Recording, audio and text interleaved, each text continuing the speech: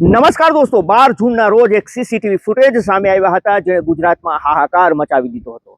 કાનૂન અને કાયદાની વ્યવસ્થા ઉપર સવાલો ઉઠાવ્યા હતા કે યુપી અને બિહારથી પણ ખૂન ખરાબામાં શું ગુજરાત આગળ નીકળી ચૂક્યું છે. અને આ સમગ્ર મામલે પોલીસે તપાસ શરૂ કરી હતી. આખરે એ આરોપીઓ સુધી પોલીસ પહોંચે છે. જે આરોપીઓએ ધોળા દિવસે સીસીટીવીની સામે એક શોપની અંદર એક વ્યક્તિ પર ફાયરિંગ કરવામાં આવે છે અને હથિયારો વડે તેના ઉપર ઘાતકી હુમલો કરવામાં આવે છે. તેનું ત્યાં ને ત્યાં જ ઢીમ ઢાળી દેવામાં આવે છે.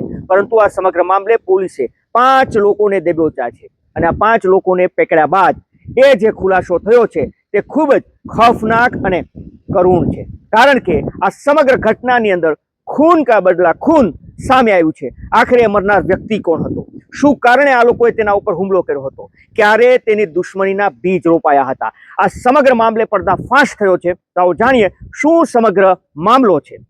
નમસ્કાર દોસ્તો, હું છું દિલીપ મોરી અને આપ જોઈ રહ્યા છો નમસ્તે. 12 જૂનના રોજ એક વિડીયો છે, એક સીસીટીવી ફૂટેજ છે સામે આવ્યા છે. જાણવા મળ્યું હતું કે બનાસકાંઠાના વાવ થરાદનો લાખણી તાલુકો છે અને લાખણી તાલુકાનું એક ગામ છે. આ ગામના આ વિસ્તારનો વિડીયો છે. કુવાણા ગામ છે. આ કુવાણા ગામમાં એક હાઈવે ઉપર ભવાની પાન પાર્લર એન્ડ ટી સ્ટોલ આવેલો છે. ત્યાંનો આ વિડીયો છે. એક વ્યક્તિ આવે છે દોડીને, એ ઘૂસે છે ટી સ્ટોલની અંદર છુપાવવા માટે, પરંતુ તેની પાછળ 3 બુકાનીધારી આવે છે અને એ ફાયર કરે છે અને ફાયર કર્યા બાદ તેના ઉપર હથિયારો વડે હુમલો કરે છે. આ અમુક સેકન્ડની ઘટના છે. તે સીસીટીવીમાં આ સીસીટીવી ફૂટેજ વાયરલ થાય છે અને ગુજરાતભરમાં હાહાકાર મચી જાય છે. બીજી તરફ આ જે મુકાનીધારીઓ હતા એ કોણ હતા, મરનાર વ્યક્તિ કોણ હતો, પોલીસ પહોંચે છે, તપાસનો ધમધમાટ શરૂ કરે છે. તો જાણવા મળે છે કે મરનાર વ્યક્તિ શામળા ભીલ નામનો છે અને તે મૂળ રાજસ્થાનનો છે અને રાજસ્થાનના બાડમેરનો છે.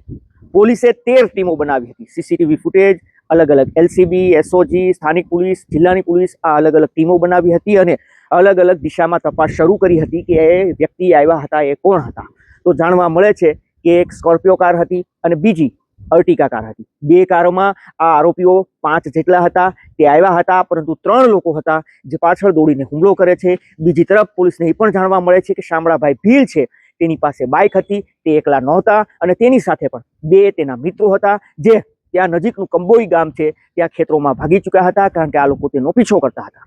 આ પોલીસ તપાસમાં બહાર આવે છે. પરંતુ સવાલ એ હતો કે શામળા ભીલને કોની સાથે દુશ્મની હતી અને કોણ હતા તેને મારનારા, શું અહીંયાના સ્થાનિક હતા કે રાજસ્થાનના હતા, આ પણ એક સૌથી મોટો સવાલ હતો. પોલીસ તપાસ શરૂ કરે છે અને ગણતરીના કલાકોની અંદર જ 5 આરોપીઓને સ્કોર્પિયો કાર, અર્ટિકા કાર સાથે દબોચી લેવામાં આવે છે. અને જે ખુલાસો થાય છે એ વધારે ખૌફનાક હોય છે, કારણ કે આ દુશ્મનીના બીજ હમણાં નહીં પરંતુ 2025ના વર્ષમાં રોપાણા હતા અને આ સામાન્ય ડખ્ખો નહોતો, પરંતુ ખૂન કા બદલા ખૂનનો હોવાનું સામે આવ્યું છે. 5 આરોપીઓ પકડાયા છે, તેનો પર્દાફાશ થયો છે સમગ્ર મામલાનો. આ 5 આરોપીઓની વાત કરીએ તો એકનું નામ છે કિરણજી સુજાજી ગોહિલ, બીજાનું નામ છે શિવાજી પાલાજી ગોહિલ, ત્રીજાનું નામ છે મહેશ રામસિંહ ગોહિલ, ચોથાનું નામ છે સુજાજી પાલાજી ગોહિલ અને 5માનું નામ છે ભરતભાઈ ગોહિલ. આ 5 લોકો છે જેને પોલીસે પકડી લીધા છે, જેની પૂછપરછમાં ખૂબ મોટા અને ચોંકાવનારા ખુલાસા થયા છે.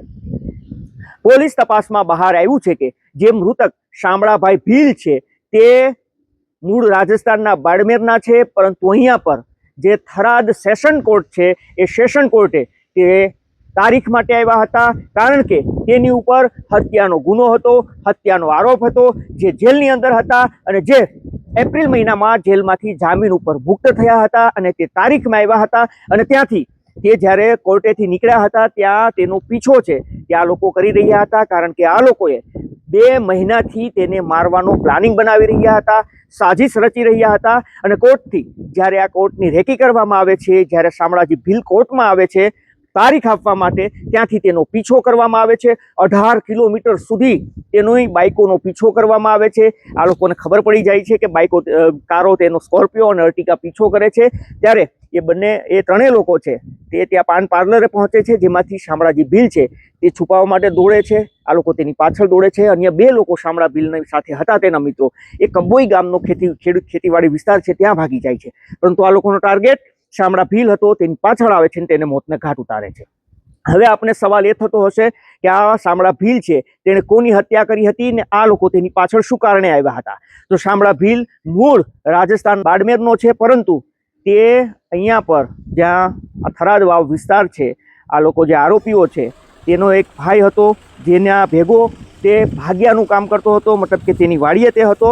અભાજી સુજાજી ગોહિલ નામના જે વ્યક્તિ છે તેનું 2025ના વર્ષમાં મોત થયું હોય. 12 ઓગસ્ટ 2025ના રોજ અભાજી રાજપૂતની હત્યા થાય છે અને હત્યામાં અન્ય કોઈનું નામ નહીં પરંતુ મુખ્ય નામ છે તે આ શામળા ભીલનું હતું. તે બંને ભાગ્યા હતા પરંતુ શામળા ભીલે તેની હત્યા કરી છે અને આવો આરોપ શામળા ભીલ ઉપર હતો. શામળા ભીલની ધરપકડ થઈ હતી 2025ના વર્ષમાં ઓગસ્ટ મહિનામાં. તે હત્યા કરીને ફરાર થઈ ચૂક્યો હતો. પોલીસે તેને પકડ્યો હતો અને તે જેલમાં હતો. પરંતુ એપ્રિલ મહિનામાં તે જેલમાંથી જામીન ઉપર અમુક મહિના જેલની અંદર રહી છે, પછી જામીન ઉપર તે છૂટી જાય છે.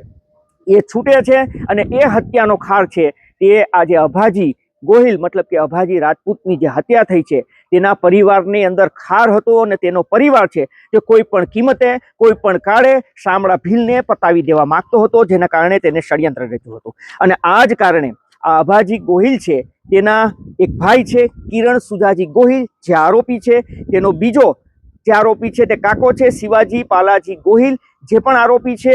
આ સિવાય એક મહેશ રામસિંહ ગોહિલ છે જે તેનો સંબંધી છે. આ ત્રણેય સીસીટીવીમાં કેદ થયા હતા. અન્ય 2 કારની અંદર હતા, જેમાં સુજાજી પાલાજી ગોહિલ જે આ મૃતક અભાજી 2025માં જેની હત્યા થઈ તેના પિતા અને ભરતભાઈ ગોહિલ તેના સંબંધી છે, એ બંને પણ કારની અંદર હતા.